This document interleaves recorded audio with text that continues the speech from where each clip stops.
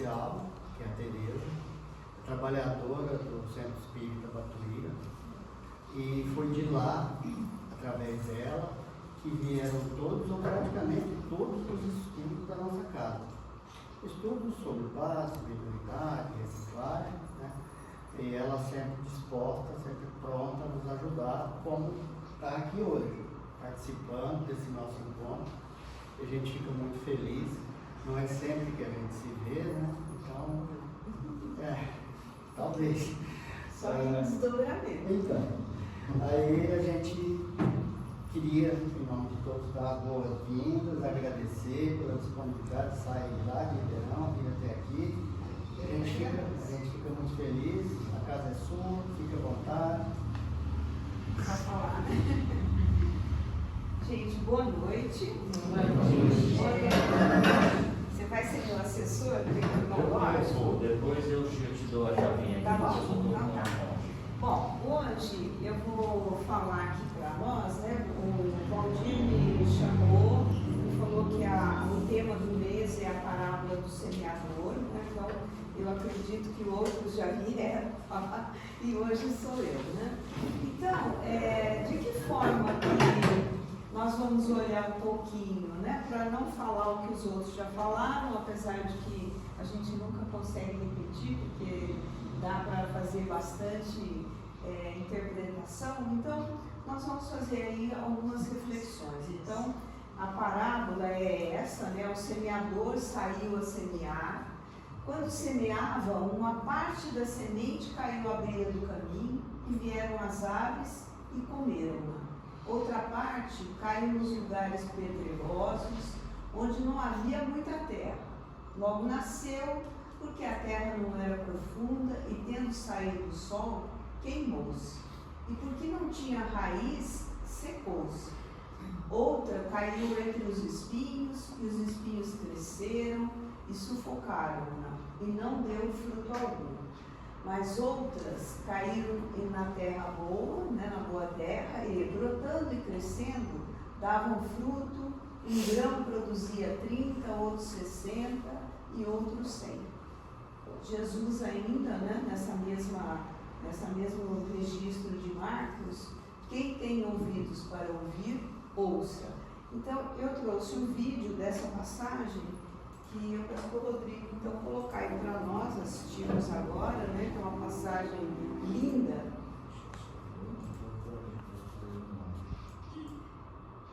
Dá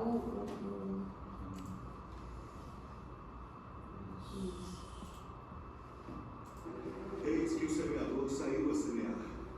E quando semeava, uma parte da semente caiu ao pé do caminho, e vieram as aves e comeram-na. E outra parte caiu em pedregais, onde não havia terra bastante. E logo nasceu, porque não tinha terra funda. Mas vindo o sol, queimou-se e secou-se, porque não tinha raiz. E outro caiu entre espinhos, e os espinhos cresceram e sufocaram-na. E outra caiu em boa terra, e deu fruto.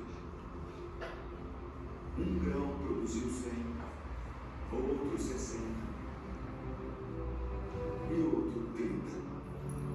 Quem tem ouvidos para ouvir, ouça.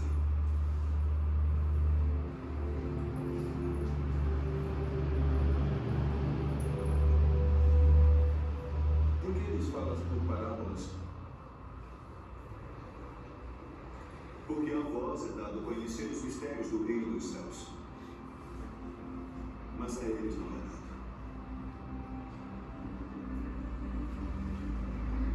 Porque aquele que tem se dará e terá em abundância, mas aquele que não tem, até aquilo que tem, lhe será tirado. Por isso eles falam por parábolas. Porque eles vendo não veem, e ouvindo não ouvem nem compreendem. E neles se cumpre a profecia de Isaías, que diz: ouvindo ouvireis, mas não compreendereis.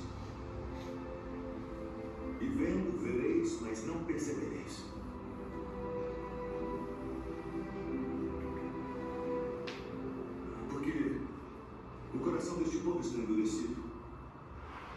ver de mau grado com seus ouvidos. E fecharam seus olhos, para que não vejam com os olhos, e ouçam com os ouvidos, e compreendam com o coração, e se convertam. E eu os curei.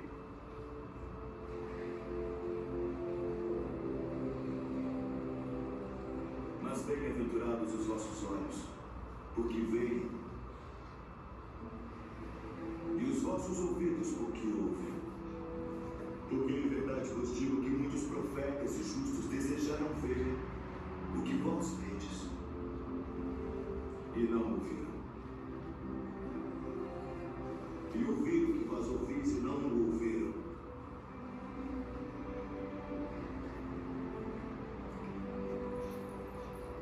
Escutai vós, pois, a parábola do semeador.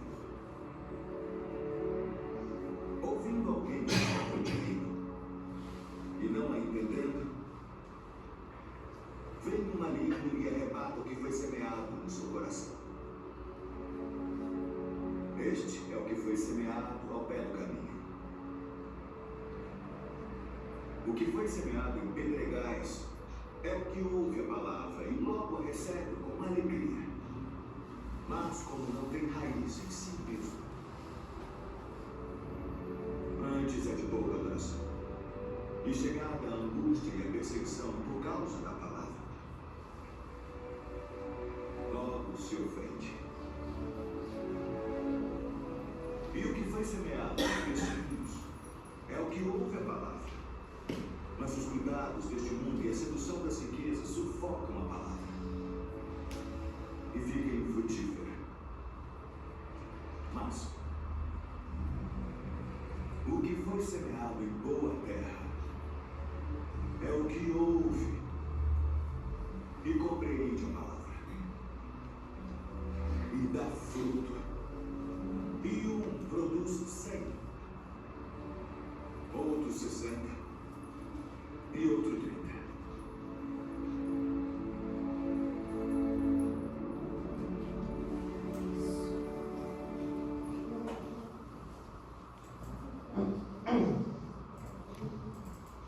Este vídeo, assim como muitos outros, está disponível no YouTube, no canal da Igreja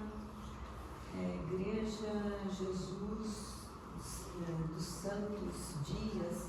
Eles têm uma biblioteca, um conjunto de vídeos de passagens do Antigo Testamento e do Novo Testamento, que assim, é uma versão protestante, então é mais próximo do que nós estudamos, né?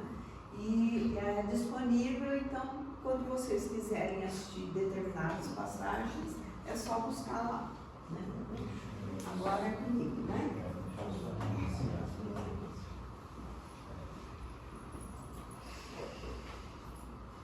Vê se está passando. Acho que sim.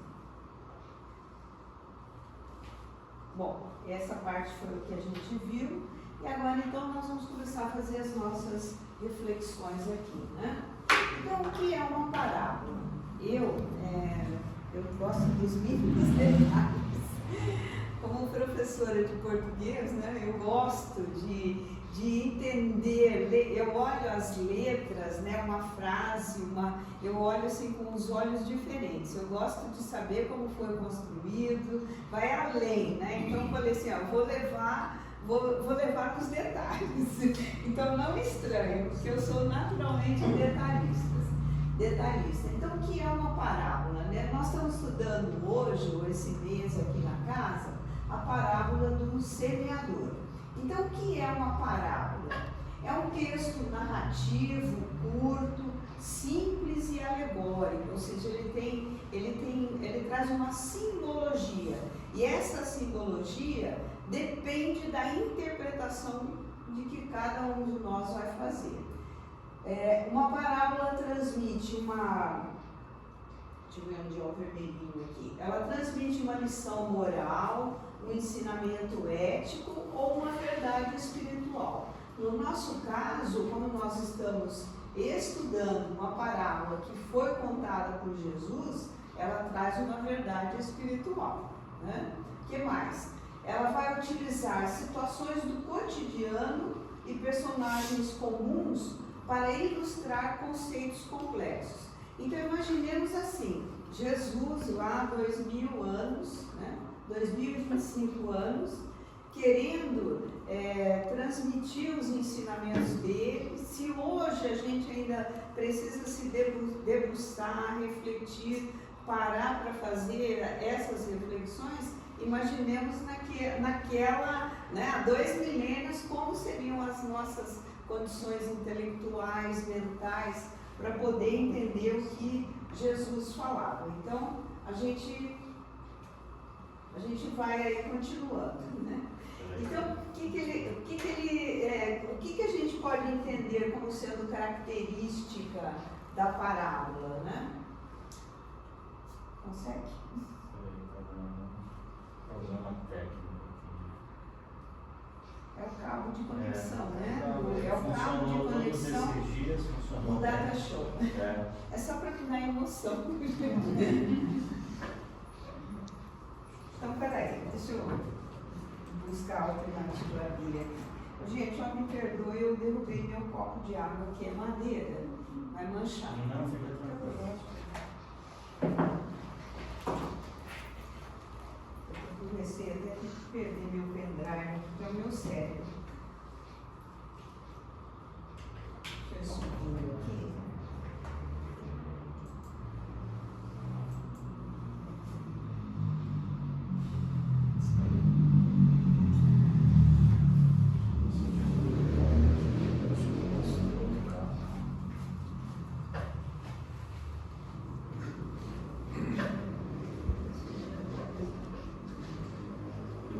É um texto narrativo curto, simples, alegórico, transmite uma lição moral, um ensinamento ético com a verdade espiritual, né?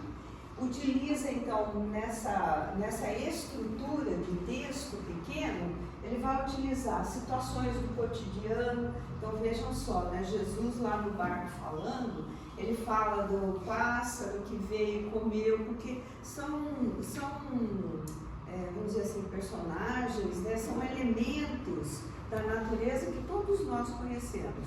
Todos conhecemos o pássaro, sabemos que ele se alimenta da terra, conhecemos a terra, a pedrinha, a plantinha, tudo isso ele utilizava de uma maneira muito natural para nos trazer conceitos bastante complexos, que são os conceitos que a gente precisa, através do estudo, extrair do conjunto de ensinamentos que tem uma parábola, né? Então, quais são as características dela? Ela tem um conteúdo simbólico. A história que ele conta é algo assim, ela tem um valor maior, né? Então, quando a gente fala de uma parábola, a parábola do semeador, nós vamos ver quem é o semeador, o que ele fazia, para que ele fazia, que sementes eram essas que ele distribuía. E essas sementes, elas faziam brotar que tipo de planta, né? Então a gente tem que ir pensando em tudo isso. E no caso, tanto os personagens quanto aqui essa comparação que nós estamos fazendo das sementes com as verdades, elas vão representar valores, né? Ideias e valores. Então, qual é o objetivo de uma parábola? É ensinar, provocando uma reflexão para uma compreensão mais profunda daquilo que nós entendemos ser a verdade, né? A verdade moral, uma verdade do ponto de vista da religião, né? Algo bastante elevado. E outra coisa, a parábola, ela utiliza uma linguagem clara, com cenários familiares para facilitar a nossa compreensão. Então, Jesus, lá falando para os apóstolos, que eram pescadores, pessoas simples, com um universo de conhecimento relativamente restrito, conheciam o que eles conheciam bem? Os movimentos do mar, o período certo para pescar, o período certo em que os peixes fariam uma desova, em que os peixes cresceriam, eles conheciam isso em profundidade. mas a vida deles não sabiam ler, não sabiam escrever. Alguns deles que tinham essa condição, né, de um conhecimento acentuado a respeito das letras. Então, a parábola, ela é um instrumento de propagação de algo, no caso de Jesus, a propagação de uma verdade que ele queria deixar registrado para que, em 18 de janeiro de 2025, a gente se reunisse aqui no GEPAL para estudar, né? Tudo premeditado. Já estava tudo premeditado. Então, a parábola diz assim, né? Voltando, o semeador saiu a semear, jogou sementes. Ele espalhou as sementes. Ele foi andando espalhando as sementes. Parte daquelas sementes foi caindo à beira do caminho. Esse caminho, ele também tinha as aves que por ali voavam. O que as aves fizeram?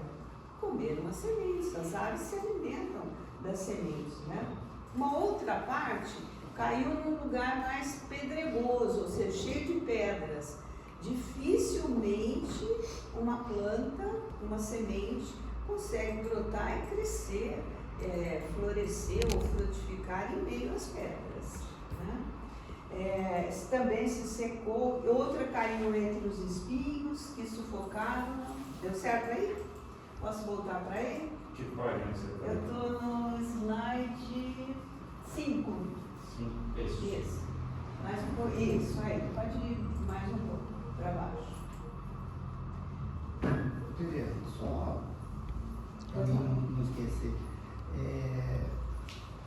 A parábola teria o mesmo efeito que tem hoje as histórias, os contos de fada, no imaginário, no inconsciente das crianças, que vai ajudando a constituir o imaginário deles. A parábola teria essa mesma finalidade, teria esse mesmo efeito naquela época?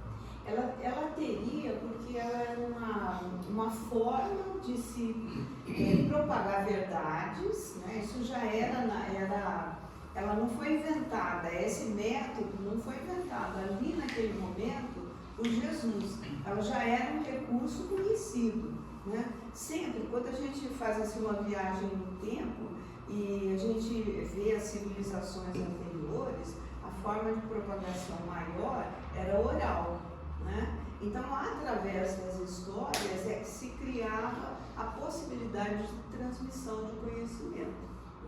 Porque o consciente não entende, né? Mas o inconsciente ele pode entender. Aí você entende disso melhor que eu. Ele recebe aquilo, vai fazendo analogia, né? Isso. Por exemplo, para nós, falar que nós não conhecemos a parábola do semeador e as outras, não é verdade. Ao longo de 2000 anos, minimamente, a gente já ouviu, já entrou em contato com ela muitas vezes. Então, é como você está dizendo, ela é registrada, ela já tem um cadastramento, né, um cunhamento no nosso subconsciente, no nosso inconsciente. Então, ao fazer esses movimentos, como vocês optaram por esse mês fazer, nós vamos mexer a terra para revolver e as sementes vão brotar. Né? Para uma parte ela vai brotar novamente. É isso? Então, outras caíram e outras caíram na boa terra, dando, né? Aí uma semente produzia outras 60, 100, né? É isso que Jesus falou lá nos versículos do barco, né? Então, para nós vamos fazer uma interpretação espiritual da parábola. Nós vamos olhar essa parábola trazendo aqui para nós. A gente vai olhar assim, o semeador, o que vai ser o semeador? Na parábola, no filme que a gente viu, o semeador era Jesus. Aqui a gente vai mudar um pouquinho, é uma interpretação, né? Nós vamos trazer para nós espíritas como sendo o semeador o conjunto das mensagens espirituais enviadas ao homem, no caso para nós espíritas, ao longo do tempo. São milhares. Se a gente pegar os livros de Emmanuel, né? Por exemplo, Fonte Viva, Pão Nosso, cada uma com 180 mensagens. Fora os outros tantos livros, né? O trabalho do Chico Xavier, Joana de Ângeles, né? O Divaldo.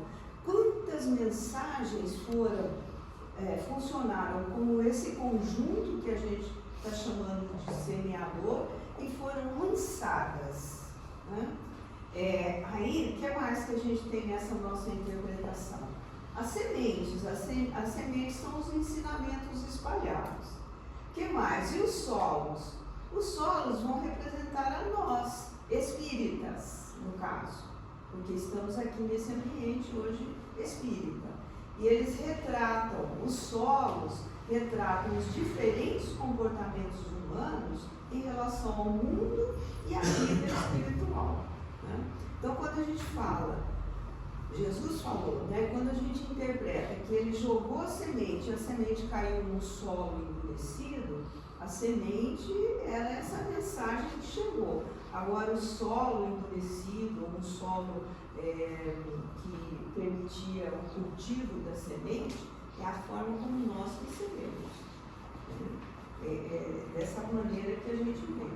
E aí, quais são as condições dos solos? A gente também vai olhar em 4 aspectos, né? Nós vamos olhar o solo, que é característica à beira do caminho, representa aqueles que não conseguem, que não encontram significação nos valores espirituais. Isso pode acontecer conosco?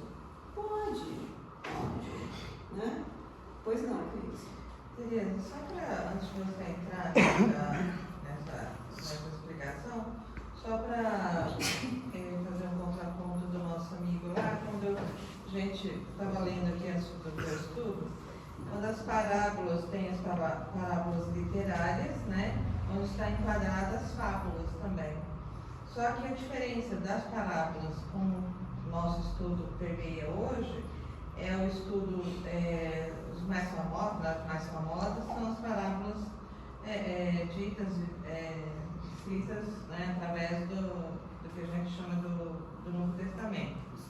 E as parábolas diferenciam das fábulas por serem protagonizadas por seres humanos, as parábolas.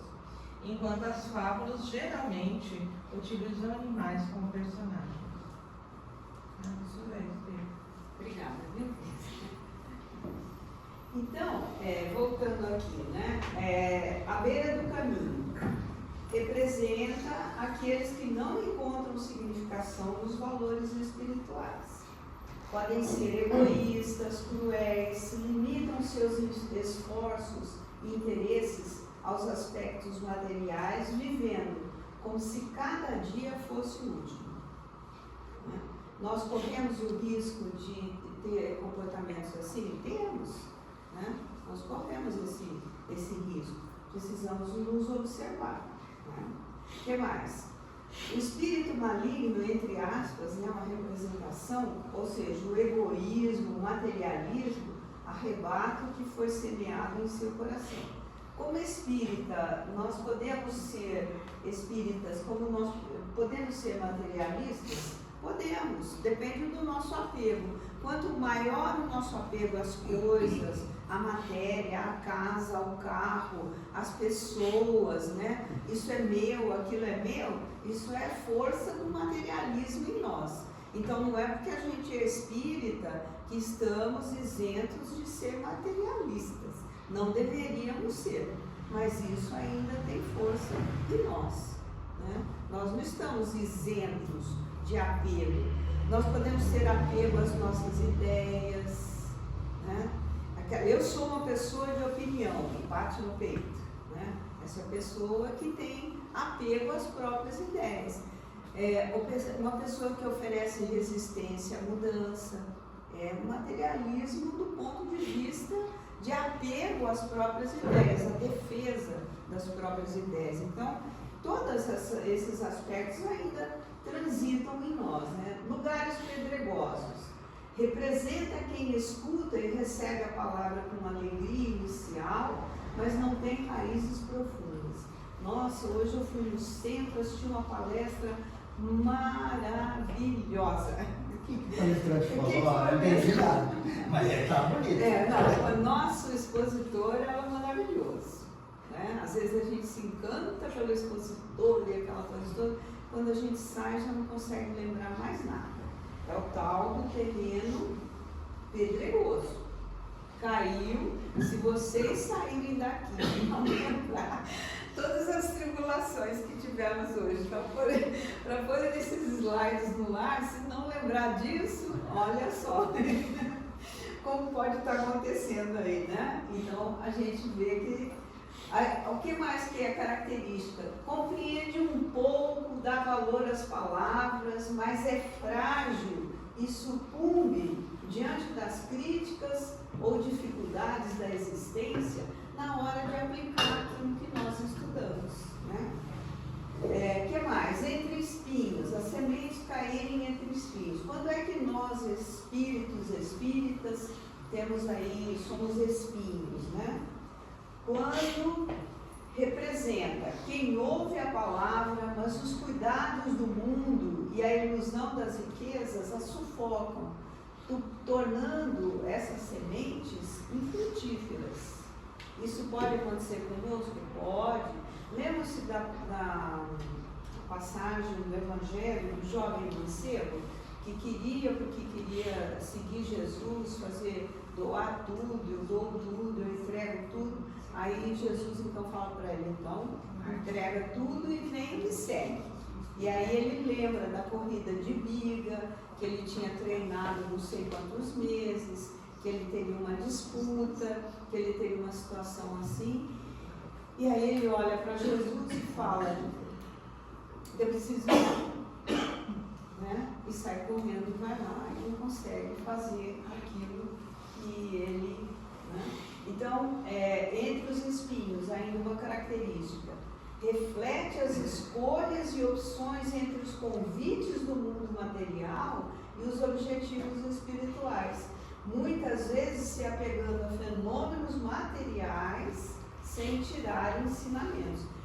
Por exemplo, nós vamos no centro, viemos aqui hoje, tomamos o passe, né, ouvimos um estudo com o fulano, o cicrano, que falou muito bem, fez tudo aquilo, e aí eu saio, chega uma oportunidade para eu aplicar parte daquilo que eu utilizei, mas em razão de uma necessidade lá do mundo material, um valor do mundo material, eu desconsidero aquela mensagem que ficou pulsando na minha mente e atendo a minha vida material naquilo que ela está me pedindo. Então, muitas vezes esse é o sentido da semente cair entre os espinhos. O que mais? E cair na boa terra. Representa aquele que escuta a palavra, presta atenção e que posteriormente, ao sair da casa espírita ou do livro que está lendo, hoje a gente tem muita oportunidade de assistir palestras através da internet, né? E tantas outras situações, livros, uma série de oportunidades que a gente tem de ouvir o que a gente está chamando aqui de palavra. Consegue guardar. Lembram-se de uma passagem que tem em um dos livros de Humberto de Campos, em conta do vizinho que morava em frente ao centro espírita. E toda noite esse vizinho punha a cadeira lá fora, e chegava o expositor, cumprimentava, boa noite, lembra essa história? Boa noite, né? Aí ele respondia e o expositor entrava, fazia palestra maravilhosa. As pessoas saíam encantadas com a palestra e um dia desencarna o vizinho e desencarna o palestrante, expositor famoso. E não é que, para a surpresa do palestrante, o vizinho, aquele que ouvia de longe, que não entrava no centro espírita, estava numa condição espiritual muito melhor do que a dele, palestrante. Muito melhor que a dele. Por quê? Porque o vizinho, no quietinho dele, ele ouvia e conseguia colocar em prática.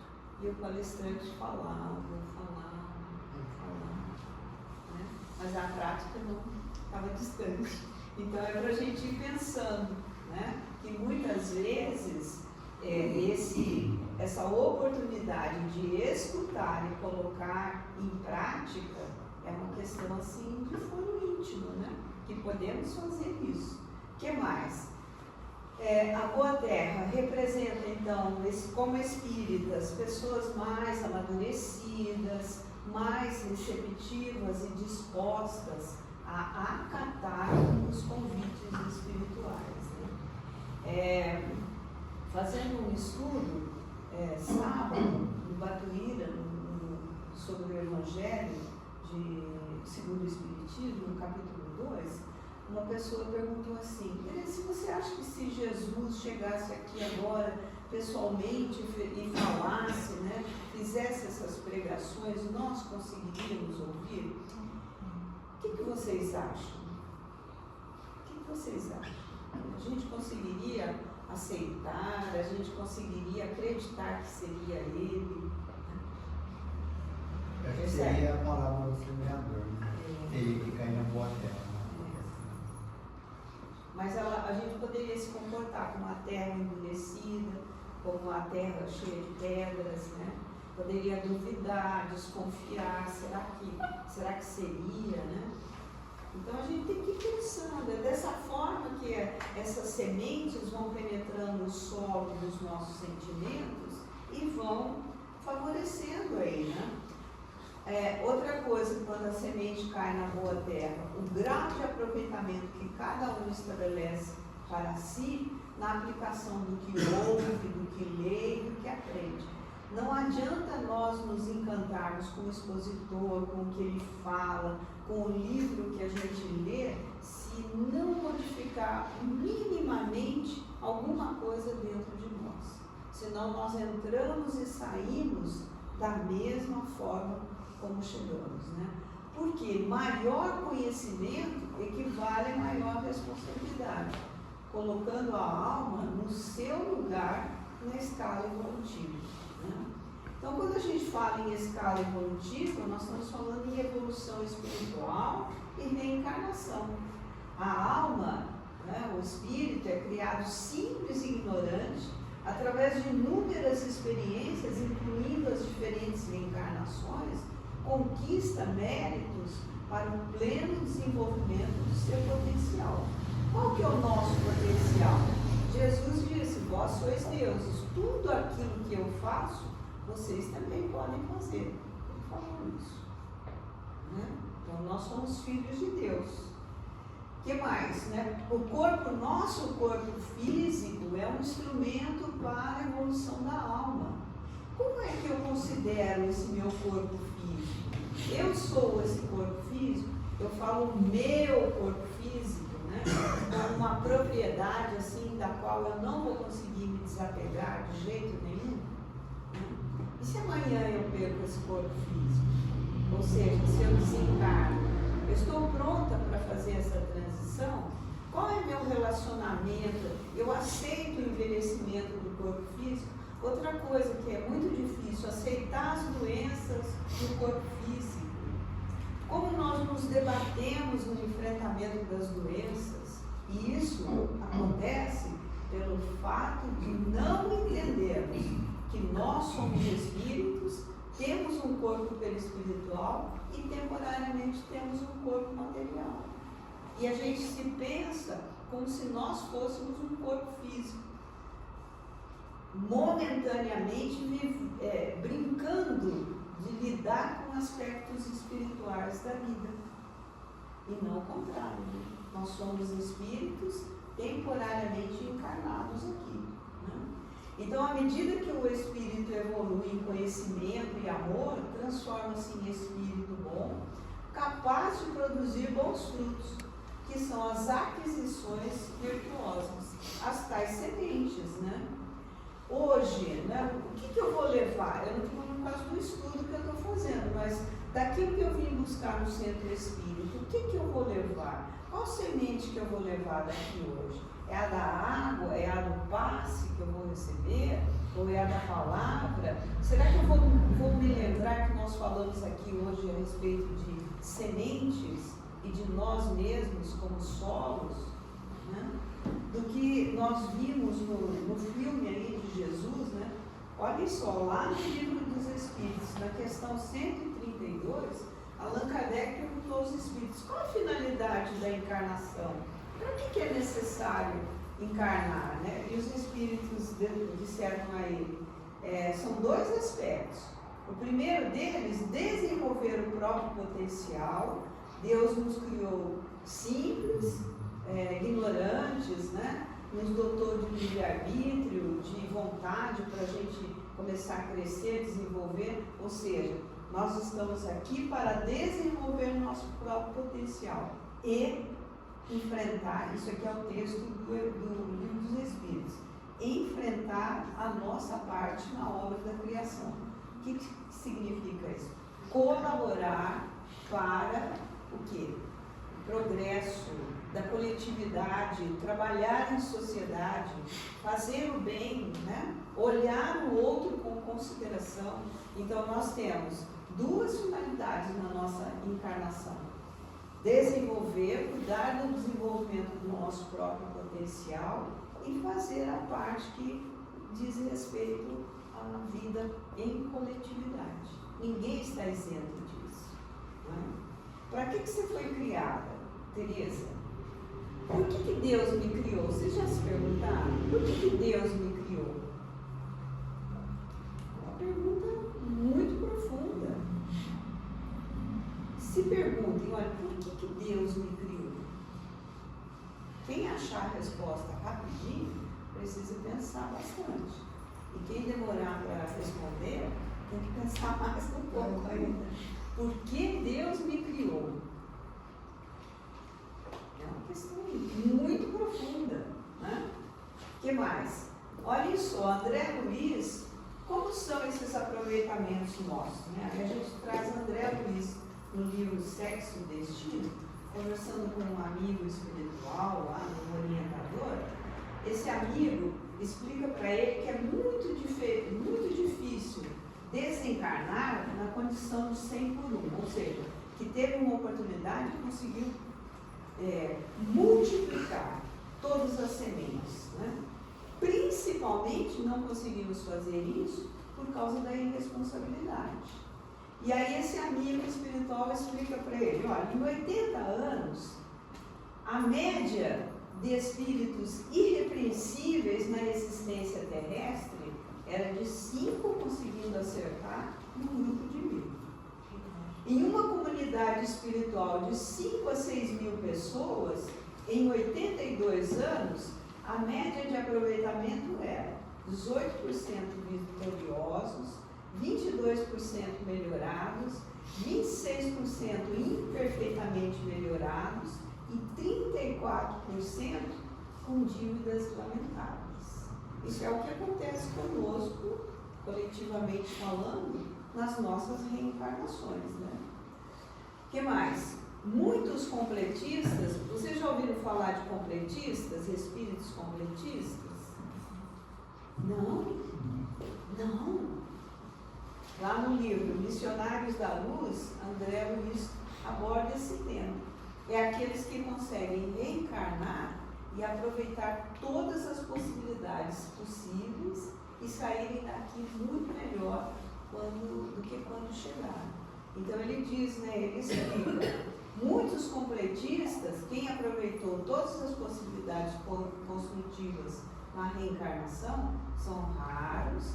Perdemos muitas oportunidades, desperdiçando 50%, 60%, 70% ou mais de nossas possibilidades. Então, essa ideia de ser um completista, ela mostra assim para nós que muitas vezes a gente não mergulha e não vivencia as experiências do corpo material com o compromisso e a responsabilidade que nos seria necessário. Colocando aí dentro da parábola das sementes, né?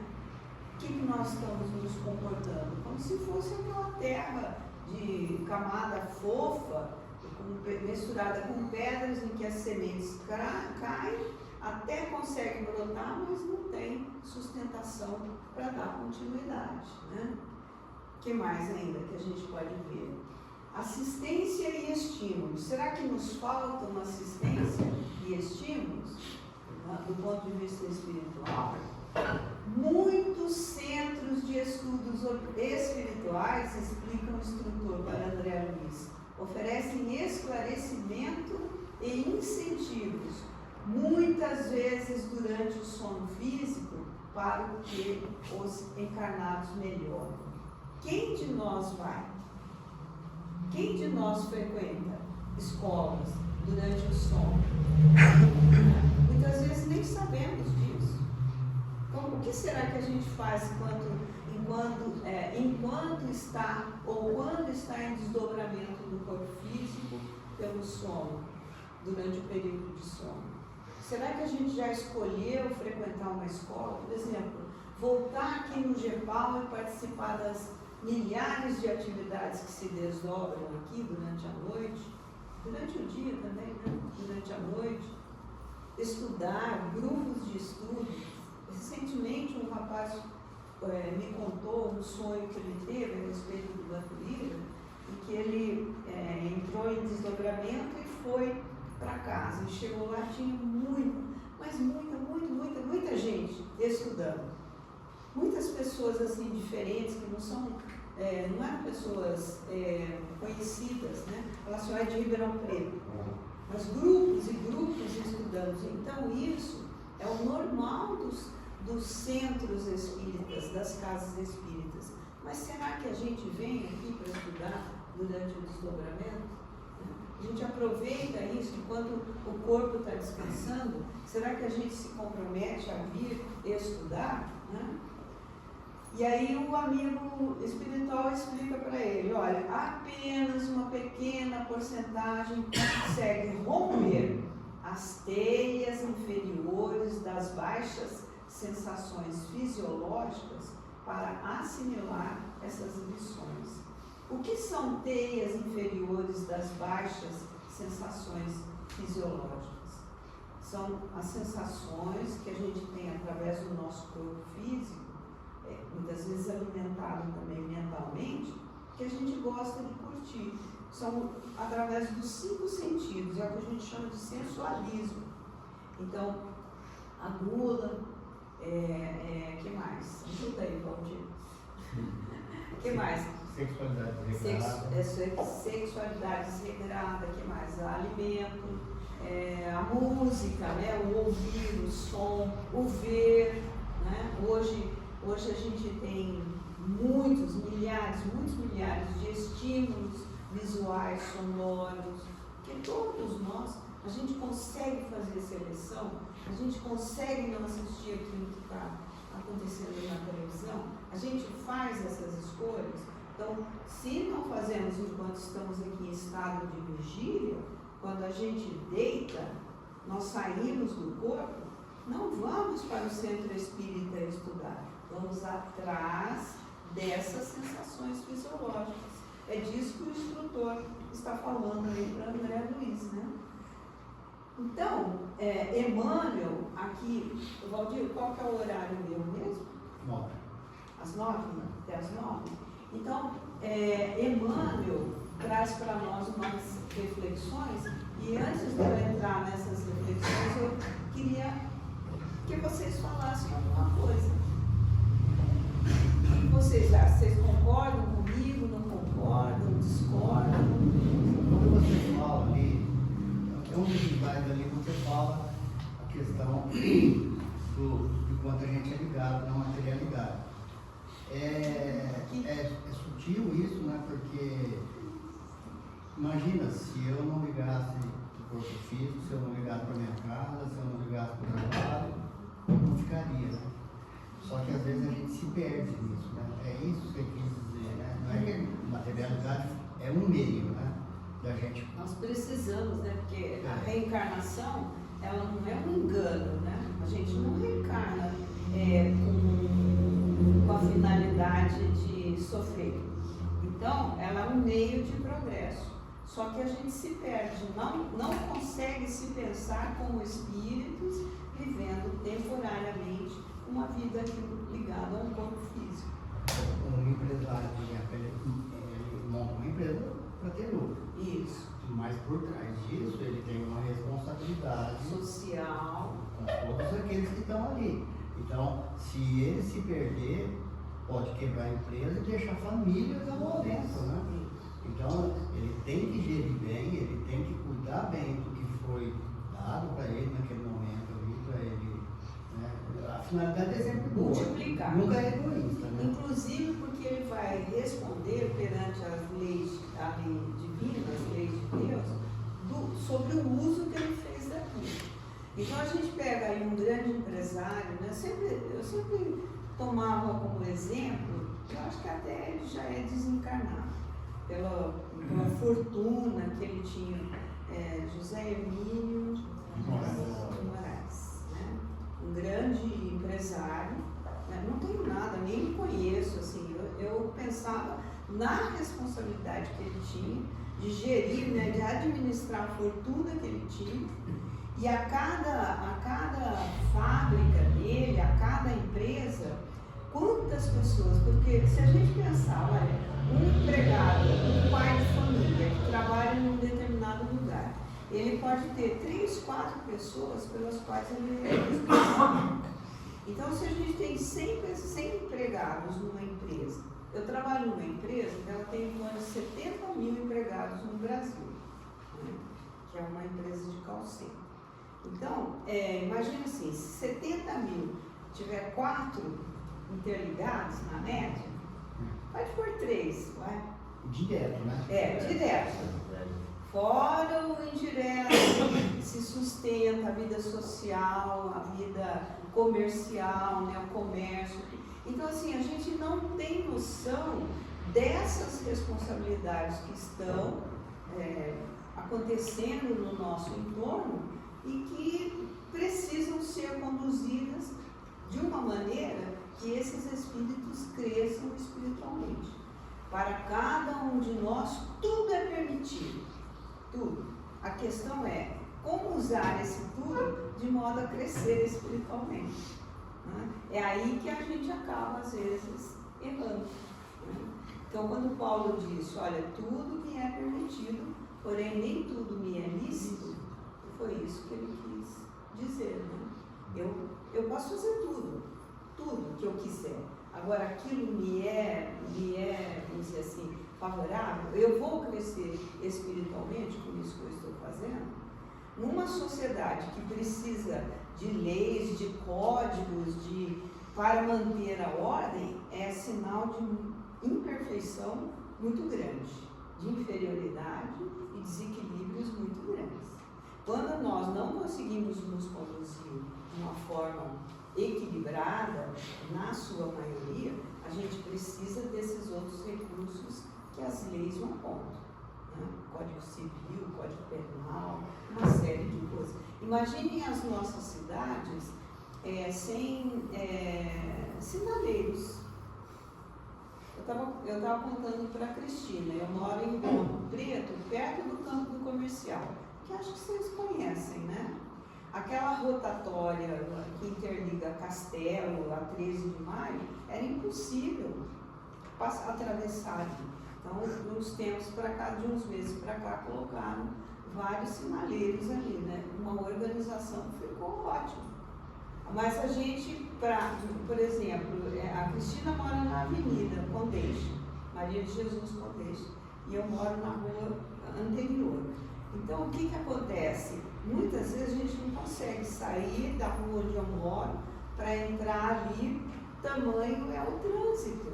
Né? Agora, imaginem sem os sinaleiros. Então, do ponto de vista moral, a gente pode fazer uma analogia aí com essa situação, imaginar assim, será que a gente conseguiria se conduzir? Né? Será que, como seria? Eu sou aquela pessoa que eu faço, quando eu estou sozinha, eu faço coisas que eu não faria na frente dos outros. Isso aí é algo que precisa chamar a atenção.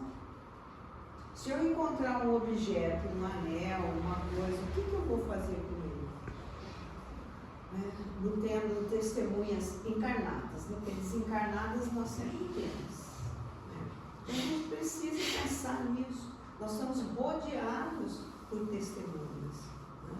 Então, quando Jesus fala das sementes, que as sementes caem, né?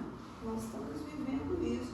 Nós vivemos um momento de grande riqueza espiritual, porque é um momento de intensidade nas ocorrências em que a gente tem que aprender a fazer escolhas rapidinho. São as características de um mundo de transição. A gente acha que tudo está fora do controle? Não está. Absolutamente nada. Nós estamos convivendo com aquilo que a gente dá conta e que a gente aprender a fazer escolhas rápidas. Nós precisamos aprender a fazer escolhas. Né? Se todo raciocínio que a gente for fazer, a gente começar por Deus, olha coisa que está tudo fora do controle, está tudo errado. Exatamente. Oi? Aqui, ó, rapidinho. Como você falou que muitas vezes nós não conseguimos nos conduzir por nós mesmos, essa proposta do desdobramento do sono seria interessante solicitar um centro espiritual que nos conduzisse? Com certeza absoluta. É essencial pedir para ele que nos leve, né? Me leve, te leve, nos leve a cada um de nós para vir para um núcleo e poder estudar. Isso é fato. Isso é fato. Hoje a gente muitas vezes não tem condição de estudar no nosso dia a dia em razão aí da aceleração de tudo.